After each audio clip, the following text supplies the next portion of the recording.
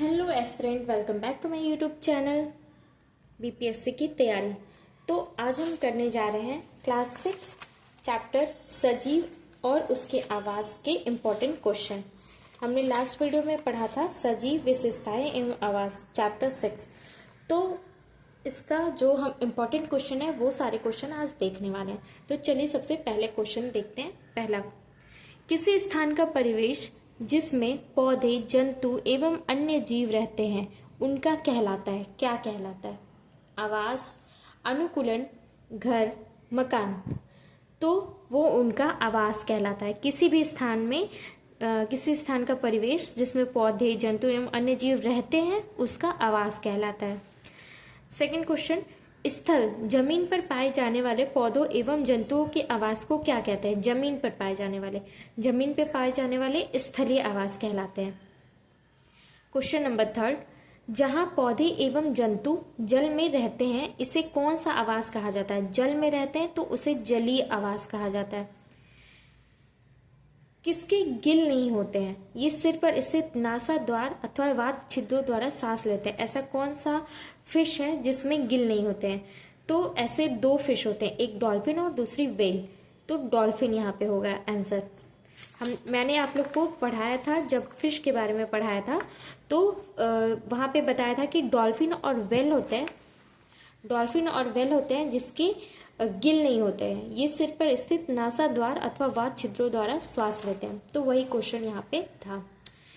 Next question, cactus पौधों की पत्तियां कांटों के आकार की होती है जो पत्तियों से पानी की हानि को कम करने में मदद करती है। तो पानी की हानि को कम करने में मदद करती है तो उस प्रक्रिया को क्या कहते हैं? वाष्पोत्सर्जन।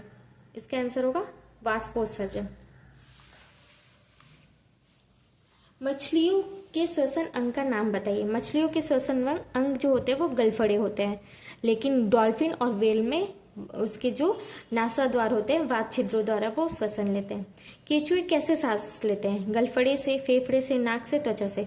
तो केंचुए यहाँ त्वचा से सांस लेते हैं। मछलियों को ऑक्सीजन कैसे मिलती है?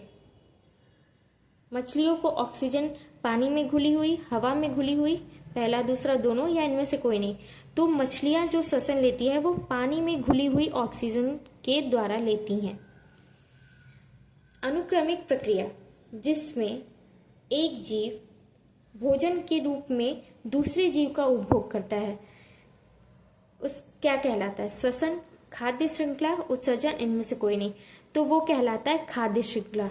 ये क्या होता है? जैसे कि घास को कौन खाता है? हिरण खाता है।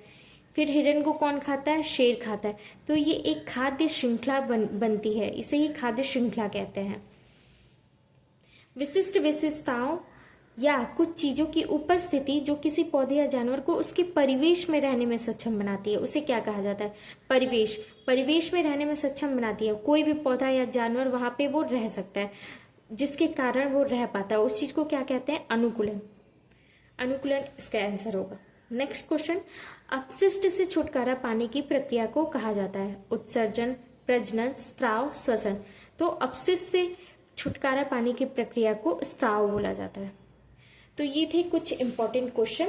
अब नेक्स्ट हम क्लास 6 साइंस का चैप्टर 7 करने वाले हैं। तो अगर आप लोगों को मेरी वीडियो पसंद आती है तो please like, share and subscribe. Thank you.